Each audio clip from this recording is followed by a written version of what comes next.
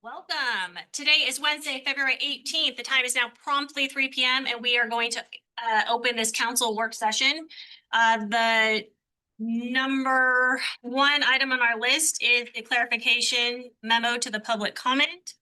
So number one, at the February 4th, 2026 city council meeting, a citizen made a comment during the visitor comment. The city was being fined related to public records litigation. At that time, the citizen made that statement. The city was not being fined related to the records litigation. At that time, the plaintiff in the records litigation requested the fines be imposed. A hearing on the issue was held on February 17th. The judge heard the comments, The judge heard arguments about why plaintiff believed that the fine should be imposed to the city. The judge is reviewing the request and that has not made a decision. Number two, clearing the confusion. The city council added this agenda topic, clearing the confusion, at the beginning of each council meeting to help the public receive information on topics that have been caused confusion or which inaccurate statements have been made at the council meetings during visitor comment. Here's how clearing the confusion works. After the city council meeting, any city council or staff can submit a request to the city administrator to review a statement made for visitor comment or public comment they believe may be confusing or factually incorrect, or reoccurring statement or question they've heard from community members about city business that is confusing or incorrect. The city administrator then will ask staff to research the statement and propose a more clear statement or factual correction. Legal review is requested when needed. If the city administrator determines that the correction or supplemental statement will be a benefit to the city administrator will place the correction or clarification on the future council agenda under clearing the confusion. The city administrator may also ask staff to meet with the citizen and provide information to help address the citizen's concern. If a person makes a public comment requesting records, the person will be asked by the city staff to submit a records request in writing to the city's recorder's office. All right. That takes us to visitor comments. Now is the time for visitor comments. The visitor comment period is an essential part of local government meetings. Please address your comments to the mayor and council members. The city council will take all input into consideration. Please limit your share to 3 minutes or less. In observance to Oregon open meeting laws, this isn't a time for dialogue, but rather a time for us to listen to you. Responses to the visitor's comment, if needed, will be published in the next city council regular session packet. Please provide contact information, the sign-in sheet in the back of the room. And when you come up, please state your name for the record. And with that, we will take our first public comment. Mayor, I just want to also take this time to make a comment. At the last city council meeting, I didn't have the opportunity. I was not here in person, but I recall there was a request for someone to give their 3 minutes to another person. And at that time, I was not here in person and I hadn't reviewed that issue, but in referencing public hearings for land use, that is sometimes a procedure that's allowed. But when I reviewed then the council rules, that is not a procedure that is allowed. What the council rules say is that citizens can make public comment for the amount allotted, and then they can request additional time from the chair, which is the mayor. And but that additional time is not something that's required to be allowed. So I just want to make that clarification because it happened at the last meeting. Thank you. All right. Steve Topaz here. I have 3 questions that I'm going to ask of the council, but first a little bit of background. Starting off with the Sykes Boise waste dump, there was a report by DEQ pointing out there's a problem with the stuff leaking down Milton Creek in the area. Scappoose Bay dredging has been prohibited by DEQ. There has been a repurposing of the material being dredged out of the Scappoose Bay. That has been rejected by DEQ. The federal guidelines say it's acceptable. The Scappoose Bay channel dredging has been prohibited by DEQ. Pope and Talbot remediation projects defined by DEQ have delayed the process over 25 years, have changed the operation a number of times, have gone from $25 to $30 million in such way that not only is the waterfront there not usable, but nor is the land. the Boise Mill waterfront usage within the water and onshore has been prohibited by DEQ with the remediation plans they put forward. There's been a brownfield cap broken on the Boise property and DEQ did nothing. The fill data on the waste lagoon has been forwarded to the waste lagoon to DEQ, and they've asked for some other information which required other tests. That was not done. Okay, there have been requirements for the project change having to do with the waterfront. In fact, we've been fined, nothing has happened. Now, Columbia County has the highest cancer rate in the state. In fact, our state's above the national average. The guidelines are not used concerning the cancer by DEQ when it's looking at a project. The three questions. First, has the council had any communications path with DEQ? Two, is the planning council or is the council planning to start to communicate with DEQ? Three, has John Walsh, with a connection to the governor, ever asked why DEQ has been trying to destroy St. Helens? By the remediation processes, they've evaporated 2.5 miles of shoreline.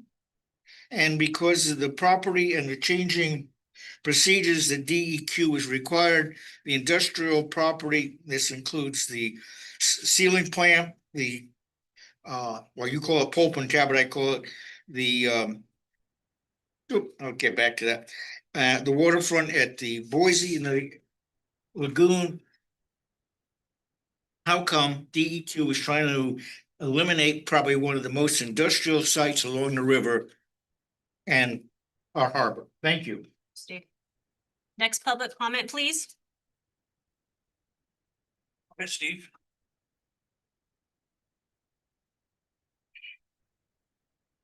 Good afternoon, council, mayor. Thank you for your time. I wanted to say something positive about our lagoon. The place where I came from, we had a sewage treatment plant that smelled. And when the wind would blow, which was off in a certain direction, you knew exactly where you lived. And there were certain areas of town where you knew that you lived by the sewage treatment plant. Our sewage treatment plant, because it's over capacity, we don't have any problems with stink. We're down here at City Hall, 200 yards from this place. We don't hear any complaints. Nobody's in here saying, what can we do about remediation? The idea of filling in the lagoon is a very problematic concept. The idea that we are going to import toxic waste into St. Helens has got to be a non-starter. And the fact that we're going to put it on the edge of the river is an absurd idea. If there is a breach, and our engineers who are here today to talk to you about some other ideas on the project initially said that the lip of the lagoon is precarious. And if there's a spill into the river, it will essentially waft down the river and wipe out our whole waterfront. We're literally talking about our entire waterfront to be wiped out. And I think people like me think this isn't something seriously we're going to do. And I think if it was something that people thought you were seriously going to do, you'd see mobilization on the part of every homeowner, every dock owner, every boat owner, environmental groups. We just can't have toxic waste come down here. The idea of all parks is a good one. We dump clean waste into the lagoon, maybe one day. Maybe that's something to do. But right now we've got other pressing projects and money. We're short on money. Mohammed's going to talk about, we've got to build our water treatment. We have water we need to have come to us. We also are trying to figure out how do we get the sewage that we are creating safely across places like Gable Road without it overflowing. So I really think that it's time to put the pause button, if not the kill button, on this extremely expensive, fanciful project. Put it on the pause for at least a couple of years, catch our breath, deal with the toxic waste we do have. Be happy that we have a sewage treatment plant that is up to capacity and handles its work well. And that we stop spending money in this direction and we look at other areas where we can apply our money with greater effect and more immediate effect for our citizens. So I would thank you for considering those things in discussing whether we move forward with this continuation of this project today. Thank you.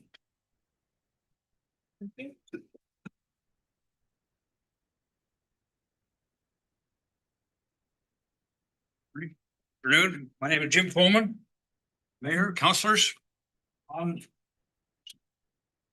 Steve touched on a point.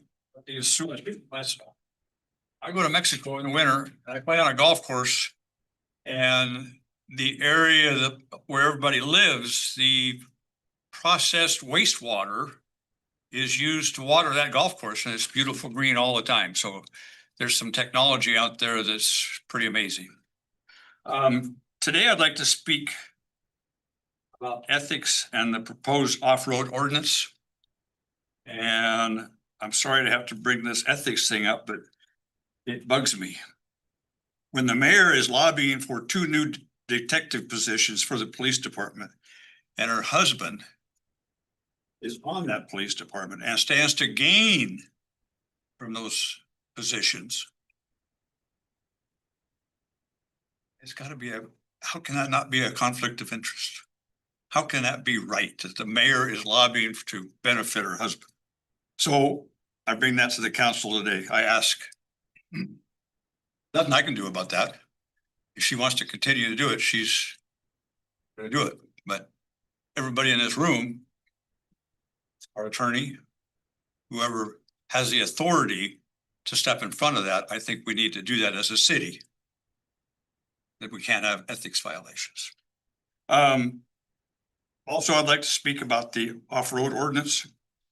As a citizen, I took a position in opposition of that ordinance. It's normal, people do that. In doing so, I received a wrath from the mayor, her daughter, and of course, Adam on social media attacking me for being against that ordinance. I thought that was not very nice. And again, there's an appearance of conflict of interest.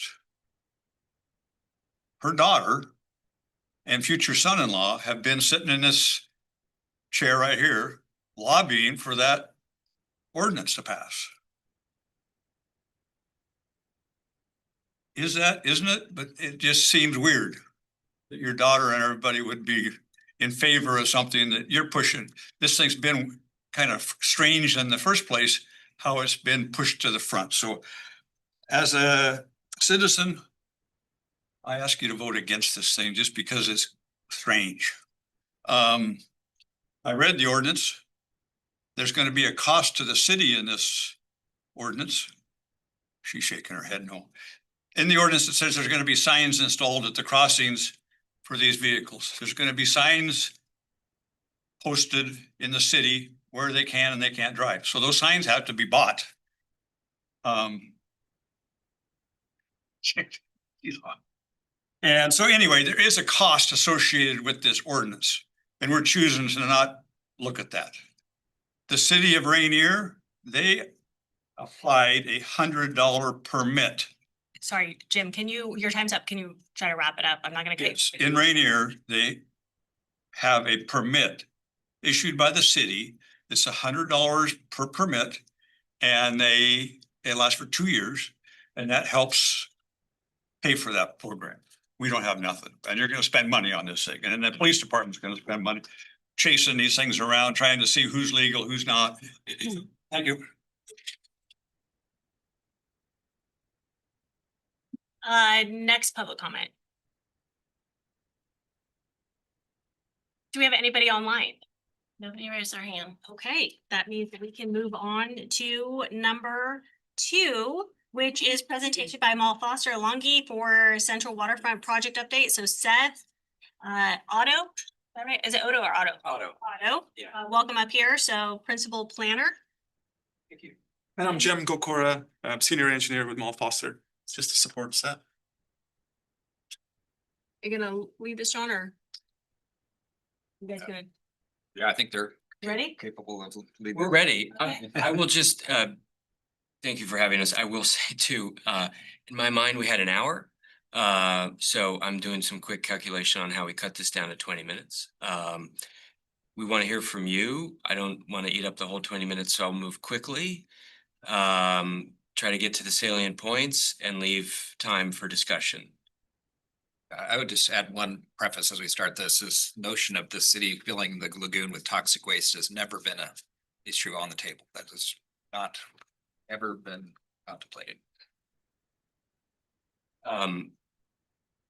Is there a way to advance the slides? I should have asked you about that, Kathy. I'm sorry. I will have. Oh, okay, great.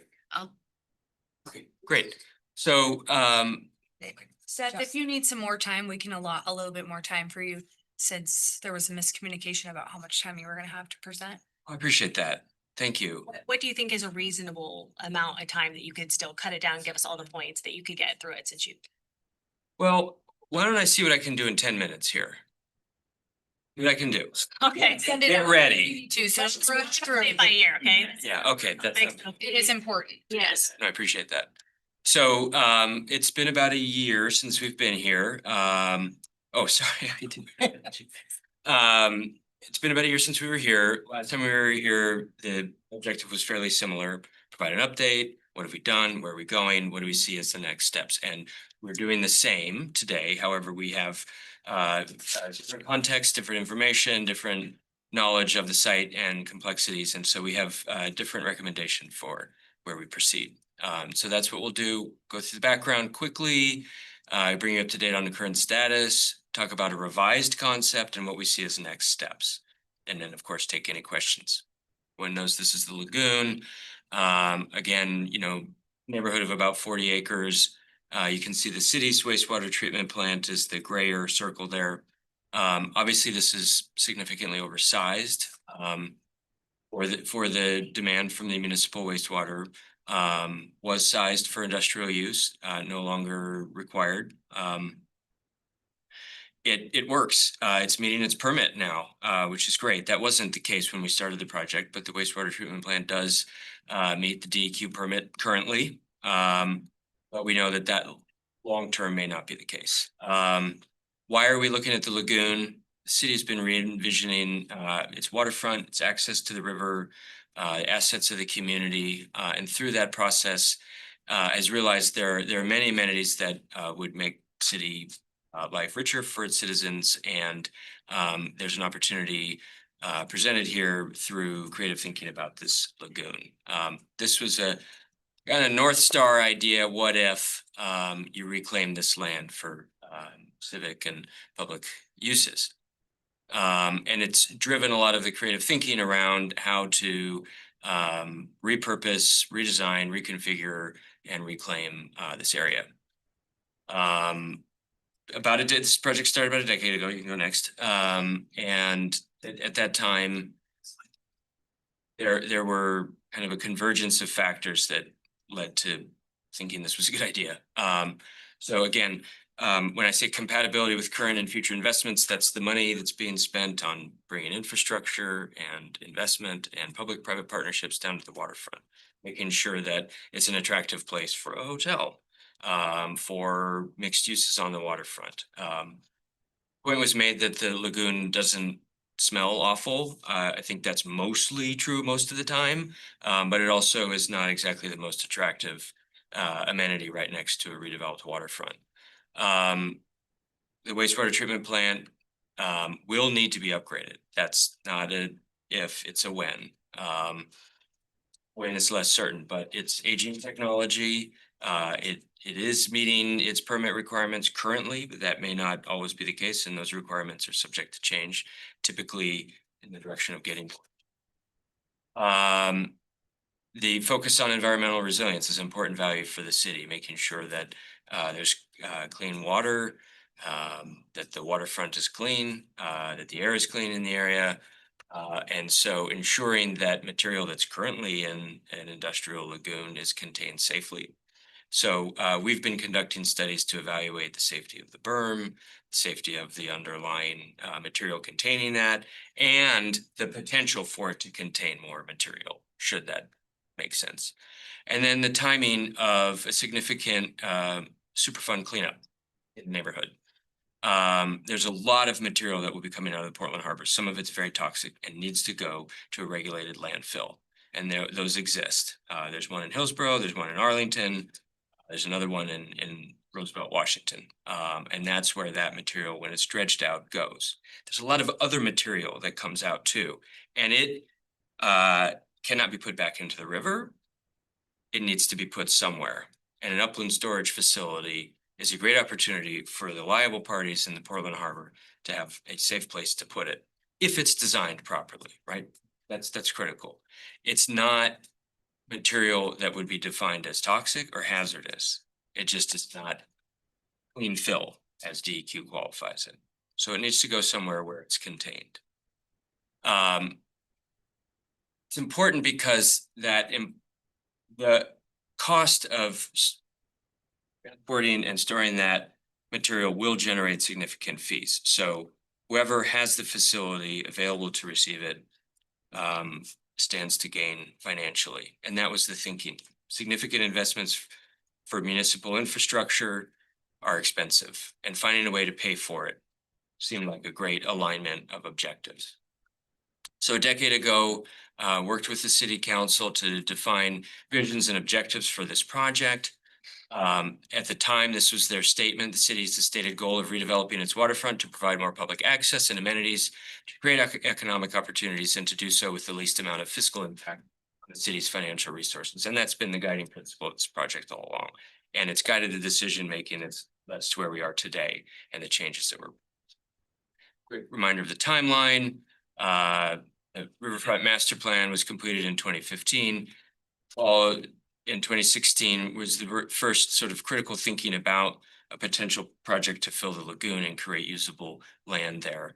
Subsequent studies over the years evaluated the site from a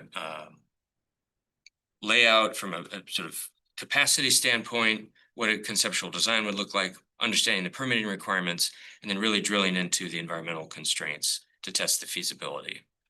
Return to the market analysis to test its viability and feasibility.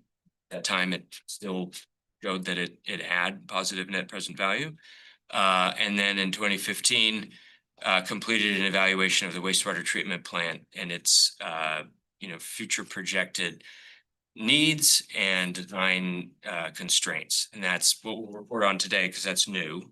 And then just wrapped up with city staff, what we're calling an options analysis, looking at what are the choices in front of us and what makes the most sense given the city's values and objectives here.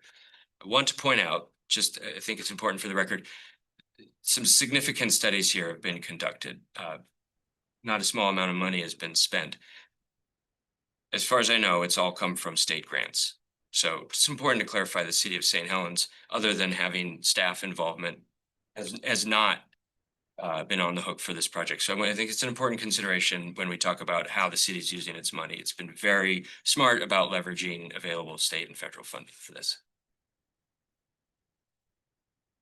Most entirely, yes. I just want to make sure. Staff time and things, yeah. There's just sometimes misinformation because. Sure. Very clear. If that's Absolutely. And if it's helpful, we can provide a summary of these funding sources. So 2016. Let's move through this quickly because I think you've seen this, right? Like the demand is there. There's a case to be made. It pencils out for the city. In fact, there's a great value to the city in the end through the tipping fees. Next slide shows supply and demand here. Supply of space on the left, demand on the right there. And it's not all Portland Harbor.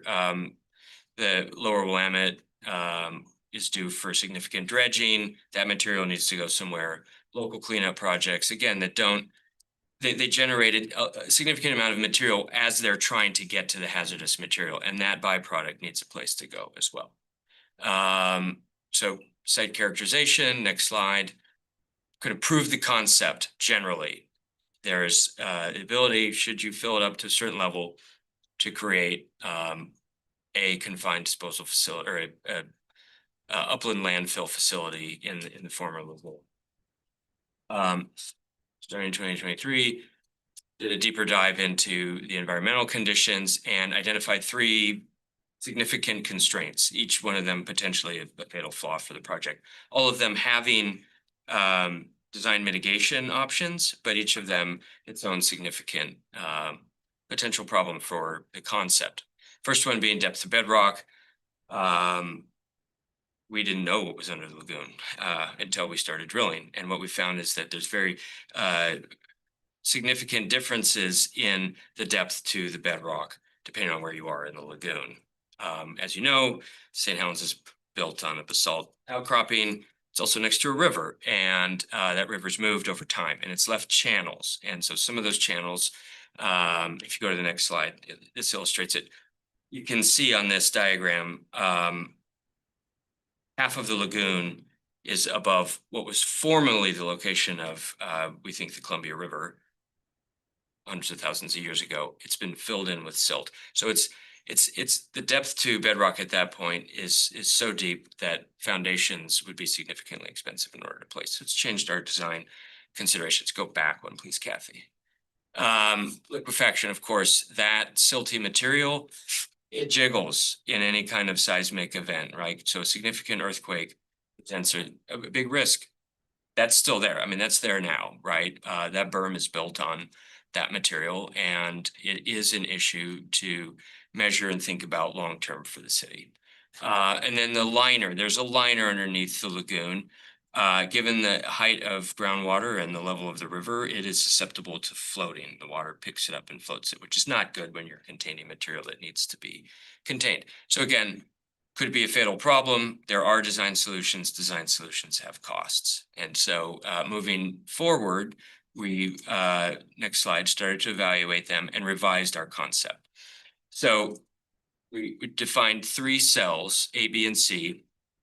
C being the area primarily above the silty material with a deep extension to the underlying bedrock.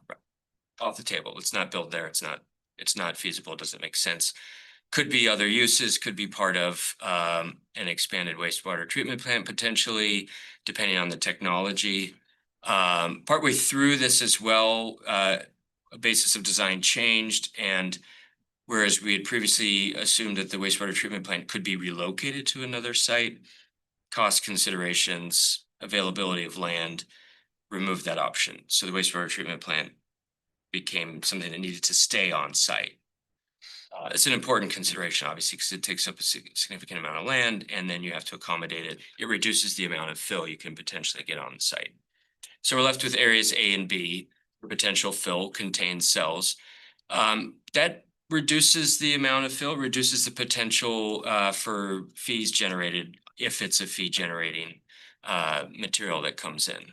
Next slide. Reevaluated the market analysis in 2024 with that concept, found that despite the limitations, there was still a positive net present value to the facility.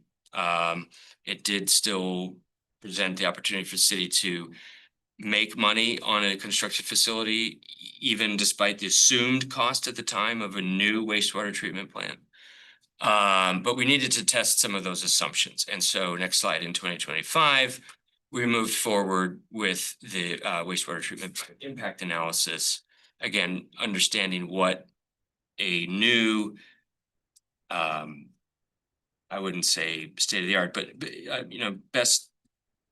best use, best practice wastewater treatment plant would look like that meets the demands of a growing city, that meets the demands of environmental regulation, reduces long-term risk for the city finances.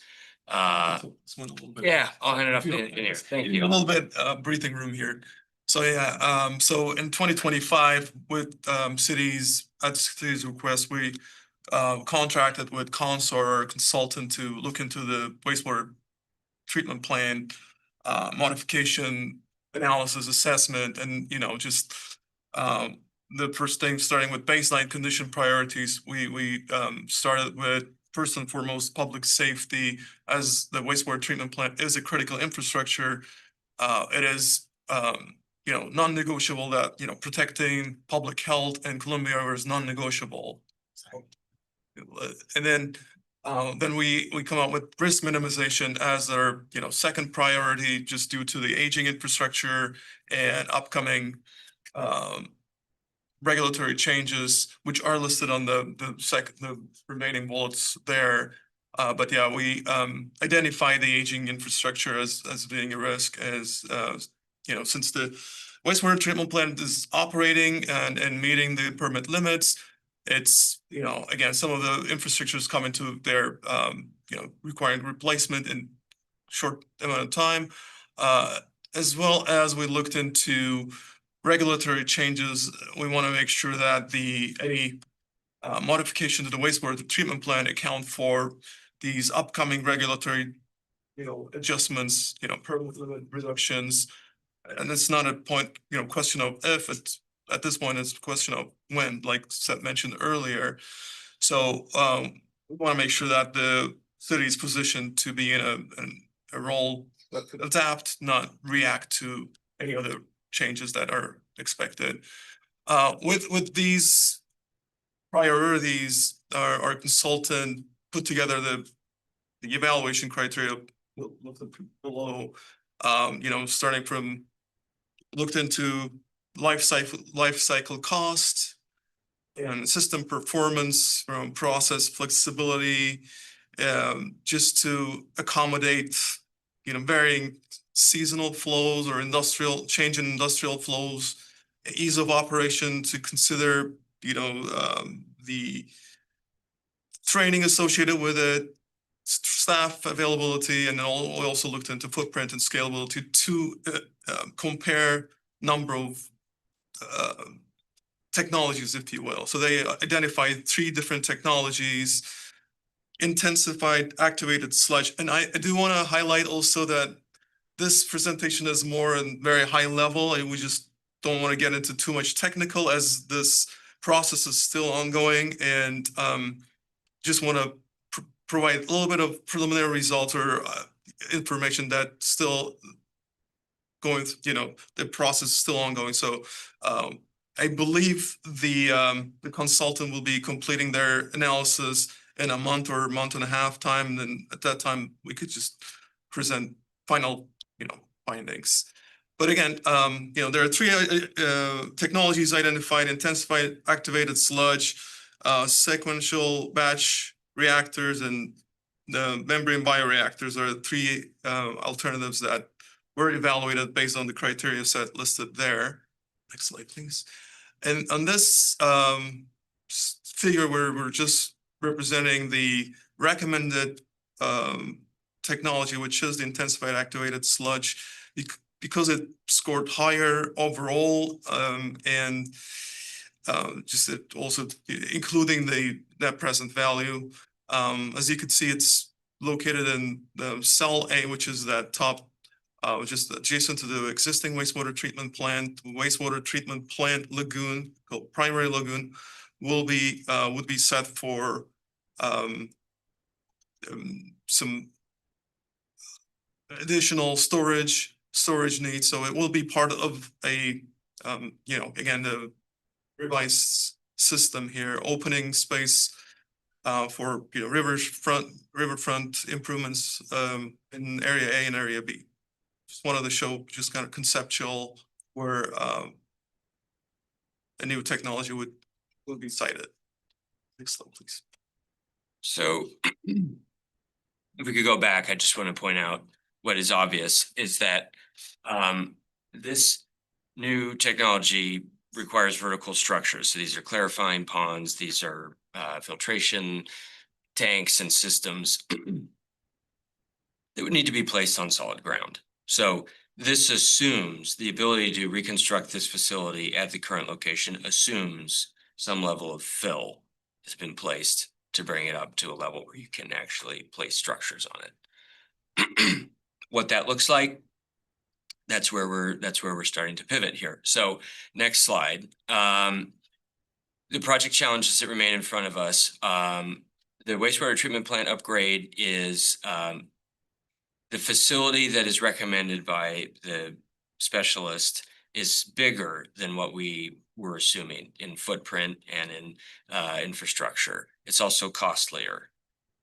So that impacts the overall model for the facility. Portland Harbor, when it was closing, it's our understanding that the first parties will begin significant dredging within the next couple of years.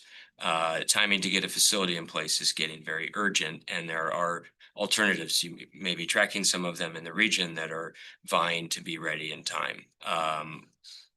Given some of the protracted analysis that this project is required, it's closing the window for that to be a viable option. And the costs, of course, have accelerated. The complications of the site from a geotechnical and environmental standpoint also increased costs, and it changed the outcome of the model. Finally, there remains funding uncertainty. Even if, the design constraints were not there, it's not entirely clear how the project gets funded from the start. That remains unclear. At one point, there was talk of a public-private partnership with an operator that might provide upfront capital for the investments and infrastructure to bring material in. That has not materialized. So it's a question that impacts the timing that would enable the city to take advantage of the Portland Harbor Super Fund. So considering these options, considering these constraints, next slide, we've been reevaluating the overall options for the project. So option one would, the original project as we envisioned it, would take Portland Harbor dredge sediment as well as other maintenance and materials from around the region, permit and construct a Subtitle D landfill and transload facility to receive all that material. And that, under that assumption, is filled to the top of the bluff. At this point, we could really only assume that what we were calling Area B would be suitable for that, right? Because Area C we had to remove due to underlying conditions, and then Area A is where a new wastewater treatment plant would go. So then we started considering other options. City staff has helped focus us on local fill material that will become available. We're also aware of U.S. Corps of Engineer, Columbia River maintenance dredging that's ongoing and will generate hundreds of millions of cubic yards of material over the next couple of decades. So there are alternative sources. The timing is more protracted. They don't also necessarily come with the ability to charge a tipping fee. So in fact, you may have to pay to receive it, but that's to be determined. So in the next slide, we compare these options based on what we understand from the. Did you just say that we would have to re-say what you just said, that we would have to pay to receive it for the tipping fees? Can you? It may be that instead of, and again, we really haven't done this evaluation, but in some cases, some material, the owners of that material will pay to get rid of it. In some cases, you may have to pay to receive it, depending on what it is and how badly you need it. Understand the logic behind that one, but okay, thank you. It's if you want to fill the lagoon with different material.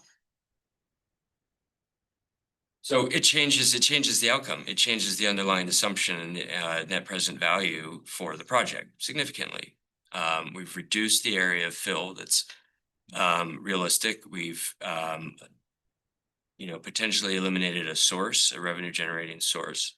And then, as you can see, the costs underlying these assumptions have changed from when we initiated this project about a decade ago. So a new wastewater treatment plant, again, that provides long-term viability for the city is in the neighborhood of $100 million.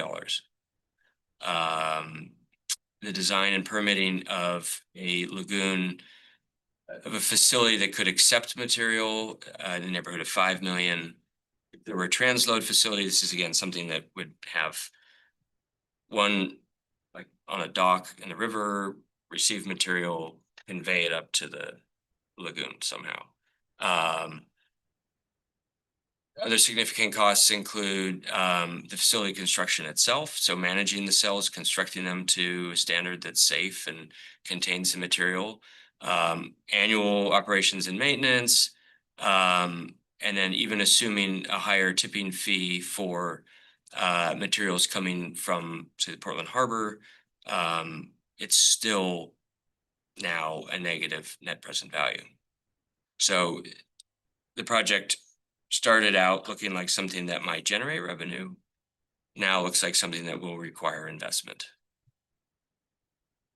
I mean, and that's the reality as you drill into this and understand the costs and the timing and the limitations of the site itself.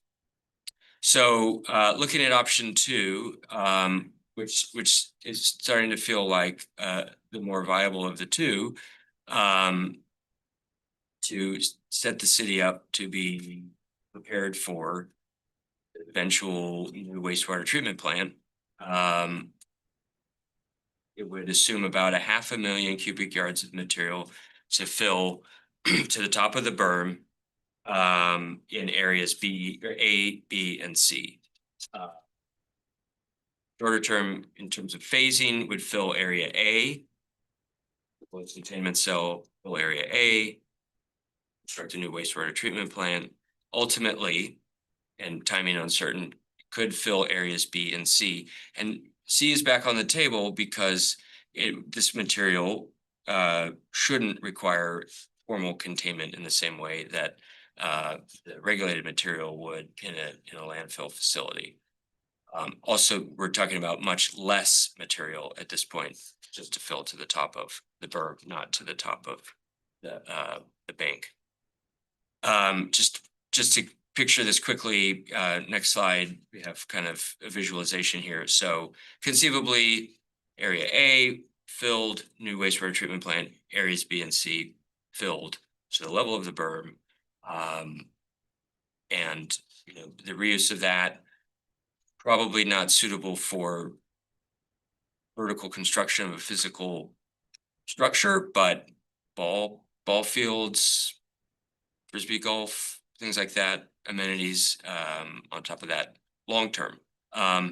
Again, so this is the direction, through consultation with city staff that we're recommending to proceed for next steps.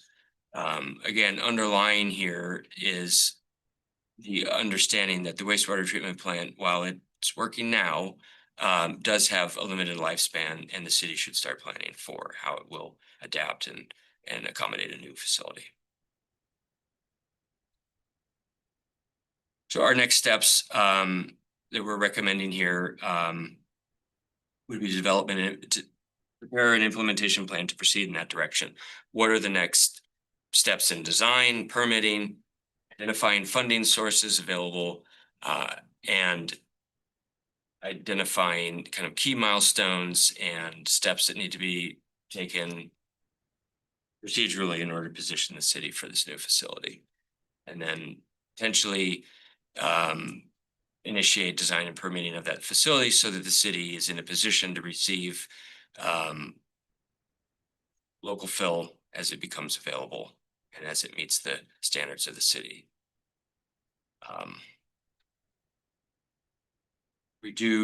We are still working through funding that was allocated by the state legislature in 2024-3. So there is still funding available to work through this, but we want to make sure that we're in alignment with the city's objectives and the outcomes that you want to see from this.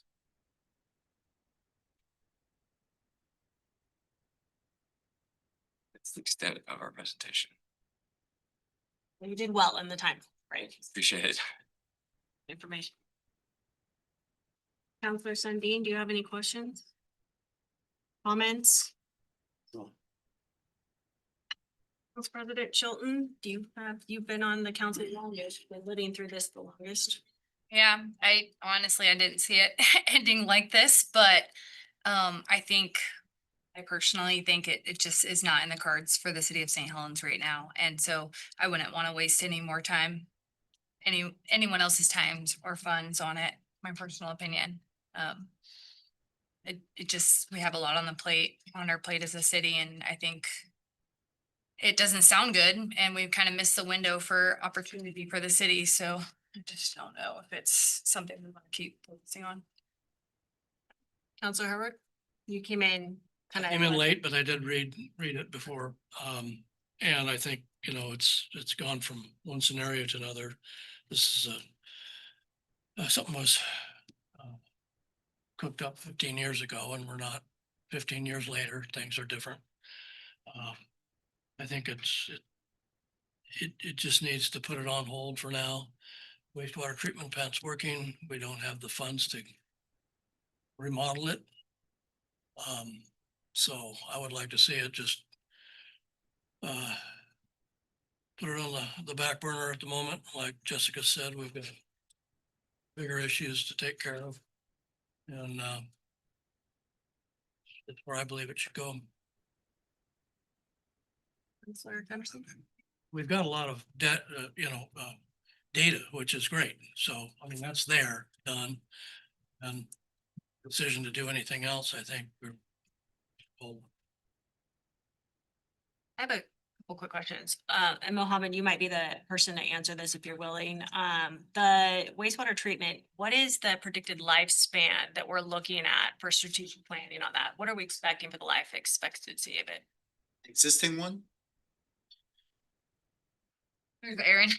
We- Commission, I mean, look, it's a very complicated subject. And I mean, we have some mileage still in our existing one. I think what needs to be taken in consideration, couple things. Number one, all the big potential development happening. I always thought that that's a big factor of potentially moving this. And then, of course, the future of where are we gonna go when this thing fails, and we need a new one either way, and where would that be, and that cost associated, so. But we do have a few years that we can pull out of the existing one, so we're not in a dangerous zone today. But we should be talking about it and it should be in some strategic plan because once it does fail, it's not if, it's when, right? When it fails, then what is our backup plan if we don't have something in place that we're either working towards or we have identified? I mean, I guess that's my first question and concern. Go ahead. We've always had it in strategic planning. The problem is, as you've seen, the number astronomical. Gonna implement this in any strategic planning, how are we really funding? So there was a couple other ideas, partnering with, I think, Scappoose at some point and have a district sometime. But again, that failed based on political level. It was not supported, but that should be something to consider down the road. We have different players. The other question I had is that you had stated that most of this has been done by funding, right? And so we actually haven't been paying out of pocket for this. So for me, if it's not like funds that can be used somewhere else, right, that is already allocated or it has to be earmarked, like I'm all for forward like research and information as long as the city's not paying for it. If it's already paid for by federal or state money, I'm not opposed to more information. More information is power. I'm opposed to, at this point, I don't feel confident in all this information that we have here. I just feel still, as I sit here today, very uncertain. We have so many projects and so many issues within the city. I don't feel like I could make a decision, honestly, with a level of confidence on my knowledge. This is a very deep project with a lot of minutia, right? That has serious consequences if we get it wrong. And so I'm not against additional research as long as it's not coming out of our pocket or the fact that it could be allocated for something else in the city. And that's my first question. Yeah, and that's where staff is at. They're at a point for pivoting and pivoting for what? We have these remaining grant funds. What are we gonna do with them? How is that gonna best serve the long-term need of our community? And it's, we learned just how much a new facility is gonna cost, which was a lot. And where is it gonna go? So, and the where is it gonna go piece is this section A, which is the shallowest part of the lagoon, the depth of bedrock's the narrowest, so it's gonna be the least cost to fill it, to put it there. So I feel like it'd be a good investment to use these remaining funds to do that engineering to get as far as we can to build that cell. And these are not funds that could be allocated elsewhere. They're designated for this particular project, this research. Yes, they are. See, I'm not opposed to that piece. already the funding is there to gain more knowledge if in fact we need to use it in the future. We will definitely need to use it in the future, yes. What's your opinion on that? I have one question that, when you first started talking, you mentioned a DQ and how we were not in compliance at first and now we are. I'm curious about what changed. And maybe you're not the person who can answer that. Right, you have the expert in the room here. It was out of compliance with its national pollutant discharge permit in BDS. And Aaron, I'm sorry to put you on the spot, but maybe. Oh, you're talking about Aaron? I Didn't thought you you were already talking speak about to this at a council meeting last year? You actually talked about this. I think I recall. We've talked about this before. I just want to make sure, since you had noted that early in the presentation, that we touch on it today. It was part of the catalyst, right? Like, you're not in compliance, we're gonna do about it. Right. And we're in compliance. We've been in compliance. The changes are coming from the state with our new NPDS permits. And so, as we keep renewing these, and Seth touched on a little bit, as we keep getting these NPDS permits, they're gonna start restricting what we can discharge more and more, which a lagoon just can't treat down to those levels. And so that's the big concern coming up, is at what point is DEQ just gonna say, tough, you're gonna have to meet these limits. And at that point, we're gonna need some kind of treatment that we don't have. May I add a couple more things to this discussion? So technically, we have always been in compliance. I'll tell you why, because when DQ issued our last permit 15 years ago, some time ago, and it was expired, we were without a permit. See, not because of us, right? We were following to the T. 15 years later, they come in and said, hey, this is your new permit. These are the new limits. So we're talking about the world has changed over the last 15 years, technology wise, testing, sampling, etc. And now the city needs to meet those with the existing infrastructure. Right? We have to upgrade in order to kind of keep up with those technology, and the loose limits are at some point going to be required by the state that we are not going to be able to meet, simply because we just have a very, very old technology that we have to upgrade. That upgrade is a problem where we're looking at a massive, there is no small solutions. We have to upgrade the whole system. So to boil this back down here. So the ask essentially today is, if we're looking at the option 2 concept, is basically is to move forward with the still available funds that are not out of the city pocket to look at further engineering for area A. Is that my understanding? It is correct. Boiled it right down, yeah. And if I could just add, our intent, understanding that this project is, it's complicated and it's run a long time. Get it to a point where if you need to put it on the shelf for a while, when it gets picked up again, it's in a good place, right? Like this, it's not if, it's when. So it may not be this council, it may be another council, but thinking ahead here, how can you best position yourself to be ready for when that wastewater treatment plant needs to be replaced? And that's what we would like to try to position the city for here. Ahmed, do you have an opinion on that? Don't want to put you on the spot either, but do you have an opinion on that? I mean, we have engaged in really a lot of discussions and meeting with Mal Foster, as you have heard. Support that path forward, simply because number one, we are not paying for this, which is great. I think the cost is tremendous, right? In the hundreds of thousands, and we have that funding available. So I feel like that, think about it. We designed the First Strand Street. We have a wonderful design, shelf ready. We just need a developer to come build it, right? Same concept. We have the study up to this point. We're going to continue with the funding we have. It will situate us into a much better position when the time comes to pick up this thing. And I'm super curious if Aaron can help me answer this. What do you think the shelf life we have from our existing? How many years can we get out of what we have today? Just to answer the merit. You might know better than me. That's fine. It's hard to say. It'll go on. Right now, we've done our sludge depth survey, and the sludge is actually decreasing. So, which is expected based on the loading going in the lagoon. So if that were to continue, I would expect 10 years without a major problem.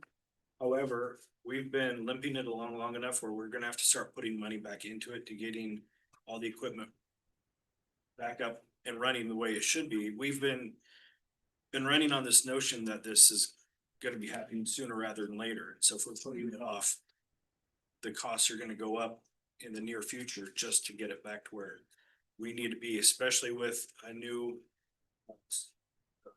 source, a waste source coming in. That's gonna create some changes, some good and bad. But yeah, I mean, I think we can easily handle 10 years. And as long as we can keep moving forward with this design and be ready for when we need it. But again, I think my big concern is is DEQ and what their requirements are. But when you said 15 years had passed before the DEQ permits were redone, so how long do we have? So. Another 15 years. Permit is 5 years. Just curious. Yeah, but an NPDES is 5 years. Years. And DEQ in our permit expired in 2008. And we were put on the back burner for a number of reasons, and they finally issued us one last December, 15 months ago. And so we got our new permit. It will expire in December of 2029. Do you think that the thresholds for the contaminants that have to be met at that time, do you think there's gonna be a significant change at that time period? I don't think so, and this is just my guess and assumption, but I would think that DEQ isn't gonna say, these are your permits, meet them now. They would probably give us a timeline and a compliance schedule saying you must meet these limits by X date. We wanna see progression at certain times, but I don't think it'll be December 1st, 2029, these are your limits, tough. By the way, thank you so much for all of your hard work in keeping our treatment center, our treatment plant up and running. It's very much appreciative. So you do such a fabulous job. Okay. John, do you have anything else additional to add? No, I feel like this is good check-in with the council and we're looking for direction, how to proceed and want you to be fully informed. Bob Foster did an excellent job here today. Yeah, we appreciate that. Absolutely. It's a pleasure to be here. Glad we took the time to go through it. Cause it is quite different than I recall in 2025, and that was still trying to get up to speed on it, and we also had a couple citizens come in and spent a lot of time as well. So this is a major project for the city of St. Helens, the passion behind it, Right. a lot of knowledge. Right. Okay, is this something we need to put on the general work session for direction? Need a consensus to give to staff for direction? Census is enough for us if we're just using the remaining, I just always like those. the remaining funding to. I would be fine with going with staff recommendation. As well. Working on the development of that SLA.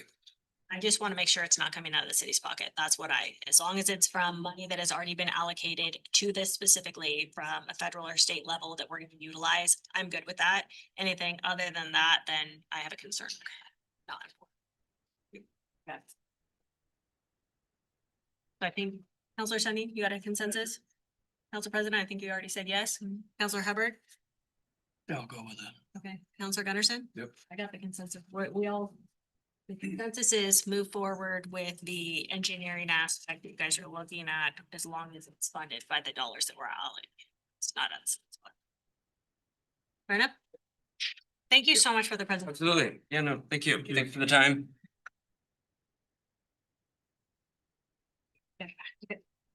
So we're gonna move into the quarterly reports. So we have the first one. Did you want to come up here, Mohammed? This was informational. I didn't really have anything when I read through, very comprehensive as always. Did you? I didn't have, I know. Is there anything that you of council would like to ask for any clarifying questions on? Or anything that you want to point out that you feel is a highlight, Mohammed?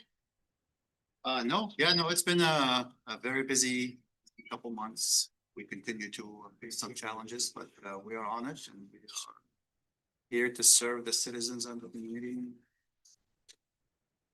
I like how you add the IT department in here as well, so I like that you touch base on that, so I appreciate that. But thank you for the comprehensive report. Jacob always just shows up like at the perfect time. I mean, he does, he just comes down. like- Scratching my glory. You know, so. Anybody have anything else, Counselor Hubbard Gunderson? Okay. All right, then we will move into the staff report with Jacob, because he just magically appeared as always. And this is I think we're gonna be talking about, we had in your report, the partition. Was there something on? No, it wasn't on that tonight. I was thinking about something else. We had the lot line adjustment that we talked about. Gonna jump through any of this that yours is honestly a little bit complex, some cases for what you do for the city. Yeah, so this may seem like deja vu, because you were like, didn't we look at this last time? Yeah. And you sort of did.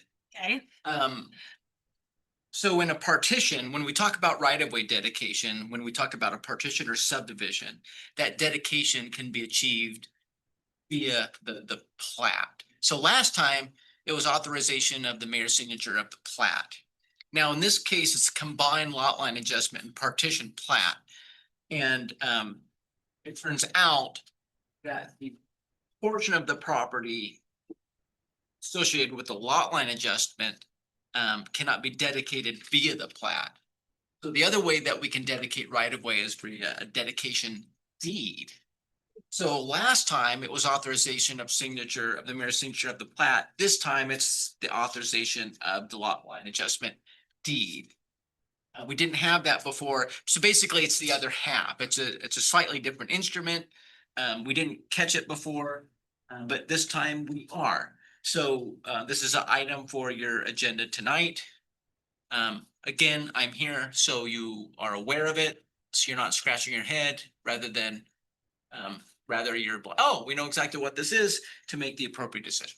glad you're here because I was scratching my head there for a moment. I did not know really what we were honestly with that, because I thought we handled it last time.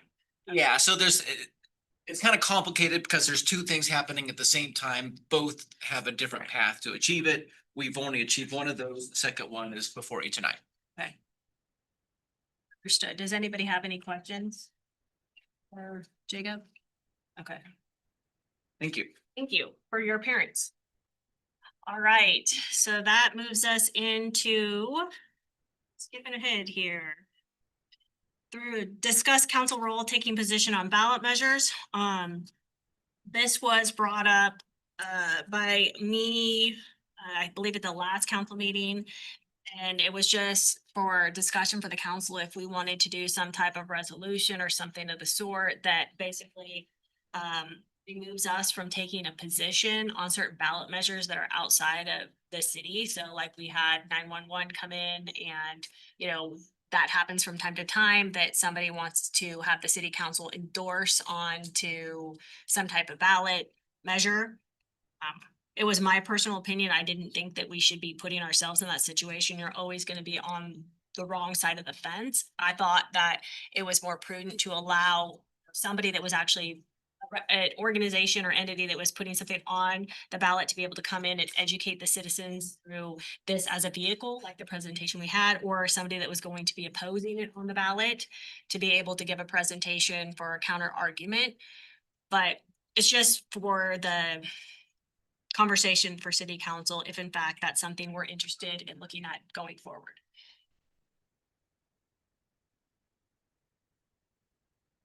Do we have any feelings on that? I mean, anybody have anything? Because Counselor Frenette, do you have any opinion on it? I don't necessarily feel strongly either way, other than I don't necessarily see the purpose of it. I don't think there's too many people out there that determine how they're gonna vote based on whether the St. Helens City Council endorsed it or not, so.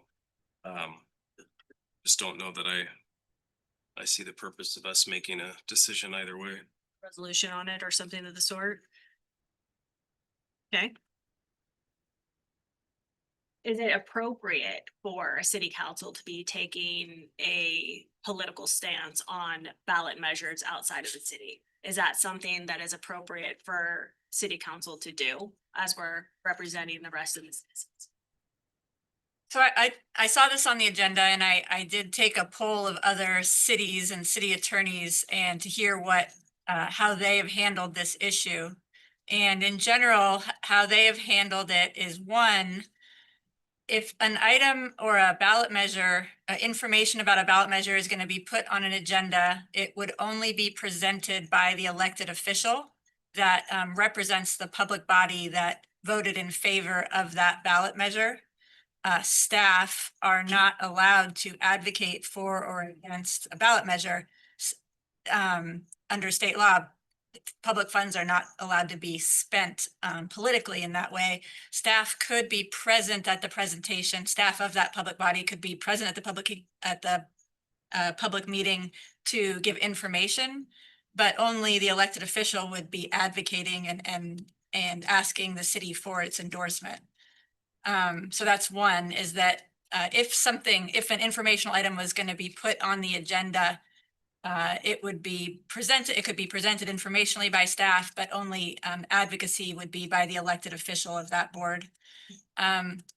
If there are people that were going to be taking positions against the measure, that would be something that would be more appropriate in public comment, but not something that would be appropriate at that agenda item. So the agenda item is information to be presented by the public body, but it's not necessarily this person's in favor, this person's against, and to create this a public forum for that type of discussion. At least those are the comments that I've heard.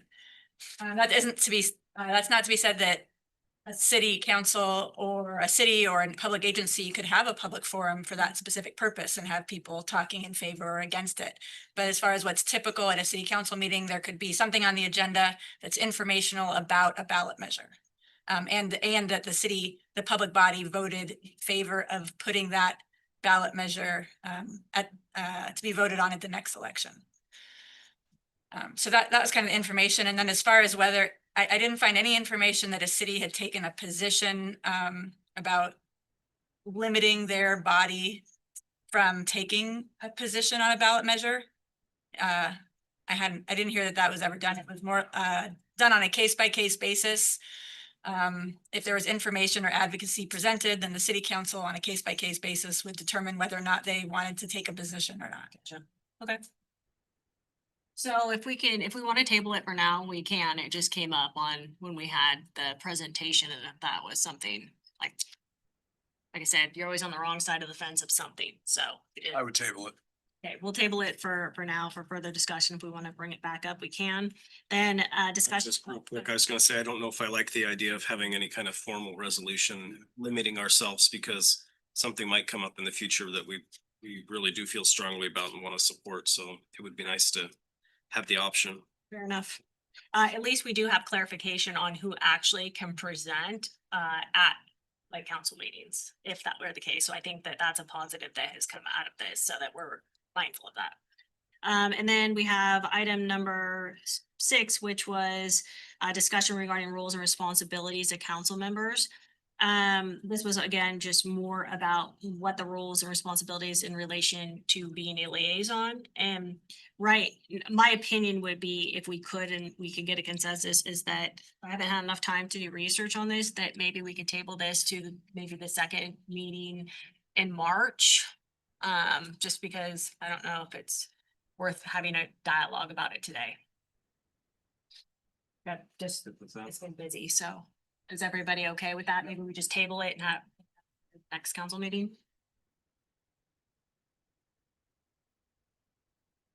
Okay, and then we have a city administrator report. John, that's all you. All right, thank you, Mayor. We can make back some time there. Okay, on tonight's agenda, we have for your approval, two ordinances, 3319 and 3320. One of them is the annexation into Morton Lane, the other one's approval of the all-terrain vehicles. If there's any more questions on that, but we're also approving an amendment with HASA Inc. to extend sodium hypochlorite, which is something we use out at the wastewater treatment plant in a bulk amount. Say that again. sodium hypo, No, I know, so that, what was on again tonight?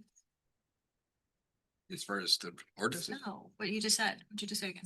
it's amendment with the HASA's is the delivery, Okay. is a service provider. They've been delivering our bulk sodium for a Yeah, while now. that's a different name. North Star.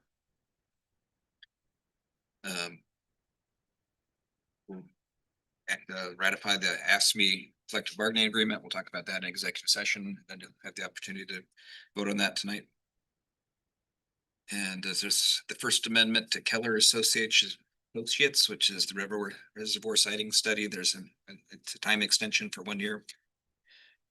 There's an intergovernmental agreement with the ODOT for the Transportation System Management Plan update. That's as planned. This is about a $300,000 effort coming from the state. The funds are managed through the state, but it'll be getting our much awaited transportation TSP plan up and going. So we're excited to see that move forward. Jacob just talked about the right of way dedication, and then the sub grant agreement with the city of Scappoose is on the agenda for the GROW initiative, and that's redirecting the program funds that the city receives to the city of Scappoose. That makes a position full that it will administer this program and then also take the technical assistant grant funds that have been provided and just keep the program going. So those are all on the agenda. The police station is moving along very well. We're on track for beginning construction in June.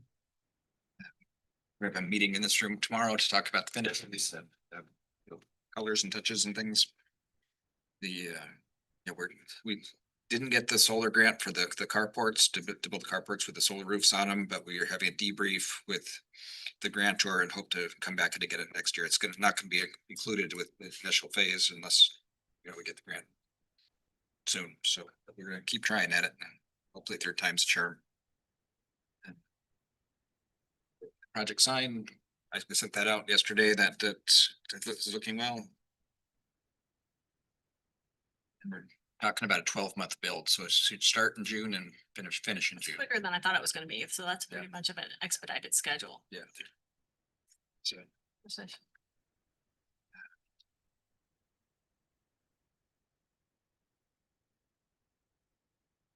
we've met with the reservoir sighting folks on the Sykes Road for the reservoir. That's going well. Continue to provide support to Project Arcadia. It's the permitting, the transfer of the boilers, the air quality, the wastewater, the stormwater transfers, and it's they're getting closer. Seems quick and easy, but there's a lot there, and working in the DEQ system is challenging, but we're very close, and they should be operational fairly soon as well. So our meetings with Romano have been productive, and we're kind of working towards that letter of intent is kind of the next phase with that. Some economics and some other things I've been working with the city attorneys on to try to insulate the city its best, so we can make sure that it's for both parties. We want a nice development. They want to build a nice development. We want it to take a reasonable amount of time, so we can set some milestones in there. See a preliminary draft of what they're doing with the attorneys right before it just comes out. Yeah. And when are the citizens gonna be able to see like a conceptual, either plan view, aerial view, some type of plot plan of some sort? Yeah, there's still, I think, the kind of the gray box level where there's just boxes, and it shows some tiering of heights to kind of protect views and view corridors and things. Got something now. It's a little bit underwhelming because it doesn't have all the Yeah. design I aspects think- to it. I think the temperature was to get them signed up. Then then that we know they're involved. Right. This is their concept. That's exactly right. They don't want to go down. They want the light to still be shining on the project, and the idea is there. But,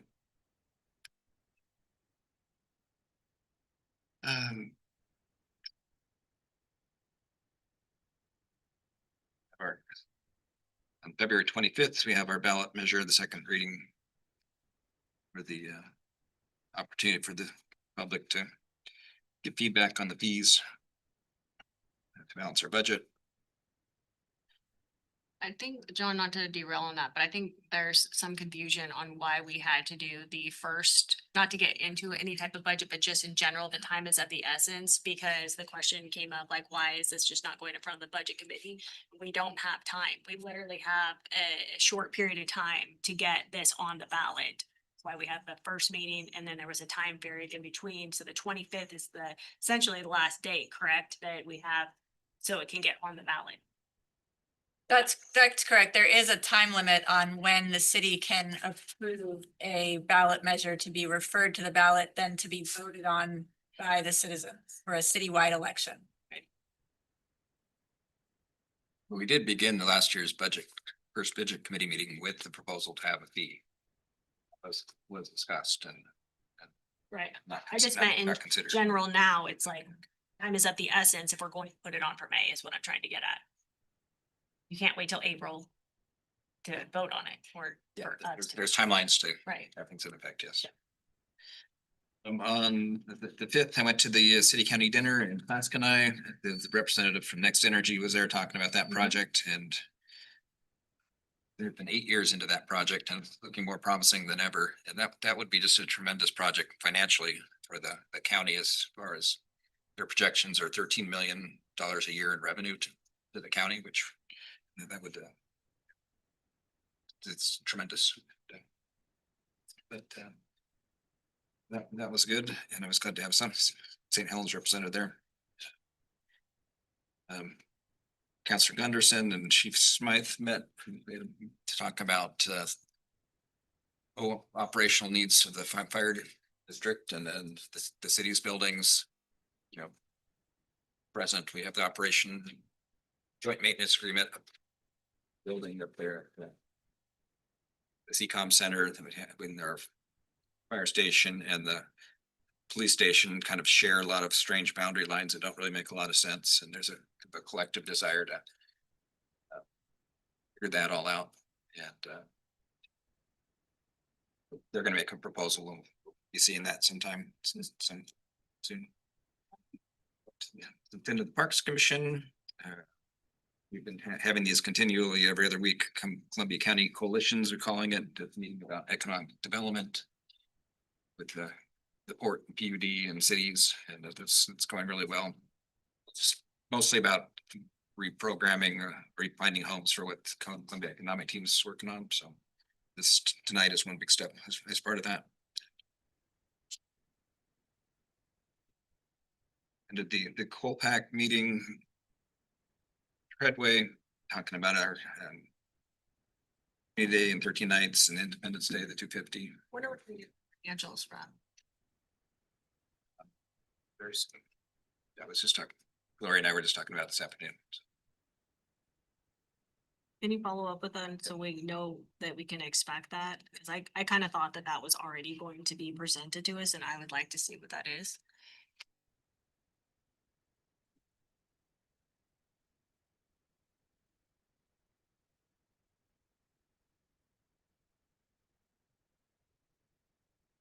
Had a meeting with the school district, but it got canceled, so we'll do that again soon. So other than that, the Parks Commission, working with them, trying to get their master plan in the queue for update. Busy with finance things. I love how enthusiasm behind the Parks and Trails Commission. Like they are go-getters and they have so much pride in that commission that it's really cool to see the things that they're trying to do to improve. Pretty awesome. Okay, what else you got? That's it? Man, we did make up some serious time there, didn't we? And we got all the information. All right, so that moves us into, we'll be going into an executive session following the conclusion of this council work session. The executive session is scheduled to take place to discuss ORS 1926602D to conduct deliberations with persons appointed to carry out labor negotiations. ORS 1926602E to conduct deliberations with persons designated by the governing body to negotiate real property transactions. ORS 1926602F to consider information on records that are exempt from public from law for public inspection. ORS 1926602H to consult with legal counsel concerning the legal rights and duties of a public body regarding to current litigation or litigation to likely be filed. ORS 1926602I to consider employment related, we're not They're gonna, not going to. I'm not gonna do that one. Scratch that one. Redact that. So the last one we're gonna do is ORS 1926660, the consult with legal counsel regarding legal rights and duties of public body with regard to current litigation or litigation to be filed. And with that, we are going to executive order and this meeting is adjourned.